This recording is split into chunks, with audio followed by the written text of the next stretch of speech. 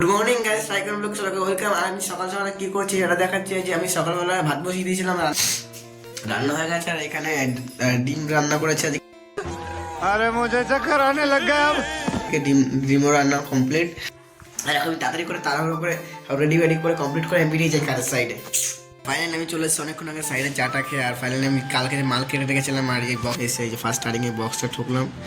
আর বাথরুমে কিছু কাজ আছে টুকটাক, বাথরুমের সেলফ সব হবে ওইসব, ওখানে এখন কাজ করবো টুকটাক। দেখা যাক কী কাজ করি।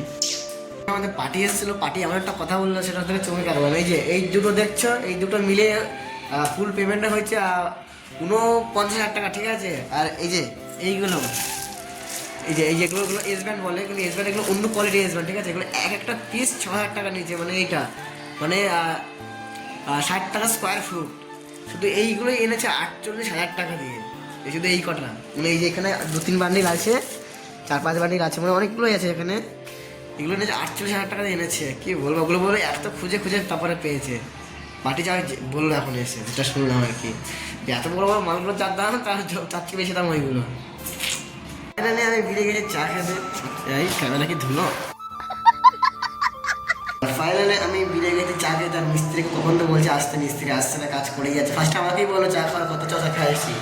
যখন চা খেতে যখন যাবো তারপরে আসছে না। আমার ঠিক আছে তুমি থাকো, আমি চা খেয়ে আসি ফার্স্টে। আমি বেরিয়ে গেছি চা। ফাইনালি চলে এসছে আর রুমে। আর যেহেতু অনেক ক্লান্ত লাগছে, যেহেতু এখন বাজে হলো 9:30 বাজে। আমি তো ফার্স্টে গেছিলাম বক্সে গেছিলাম, হার্ড বক্সের মালাতে মালিক রেখে এসেছিলো, ওখান থেকে নিয়ে আসলাম।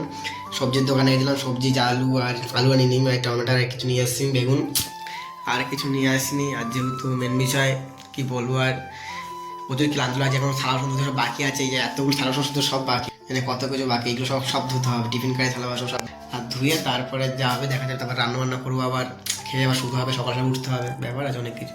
আজকে করছি লুচি। এই যে এখন আটা আর ময়দা গুলছি একসাথে আর করবো। এখন বাজে অনেক বেজে গেছে, এখন বাজে 10:30 বেজে গেছে, ওভার হয়ে গেছে। 10:30টার দিকে দেখি কখন খাওয়া হয়। আর আমার লুচি করা কমপ্লিট। আর কি বলবো, যে লুচি ভেবেছিলাম অল্প কটা করবো, কতগুলো হয়ে গেছে। যেহেতু ডিসকালার হয়ে গেছে, যেহেতু আমি মজা করেছি, আমি আটা করেছি, মজা দিইনি। আর এই ডিম তো ভেজেছি 2-5-6টা, একটা ডিম ফাটিয়ে তারপর 5-6টা ভেজেছি। আর এই যে বেগুন ভাজা হয়ে গেছে এখানে। আর এখানে স্যালাড করেছি হালকা করে, পেঁয়াজ টমেটো লঙ্কা দিয়ে করা চানাচুর দিয়ে দিচ্ছি। আর মারাত্মক সুন্দর লাগছে খেতে, কিগুলো স্যালাড দিয়ে যে এতটা সুন্দর লাগছে। আমার বেগুন ভাজা স্যালাড বেশি ভালো লাগছে। স্যালাড নিয়ে অল্প কটা আর এক বাইট। কি সুন্দর লাগে।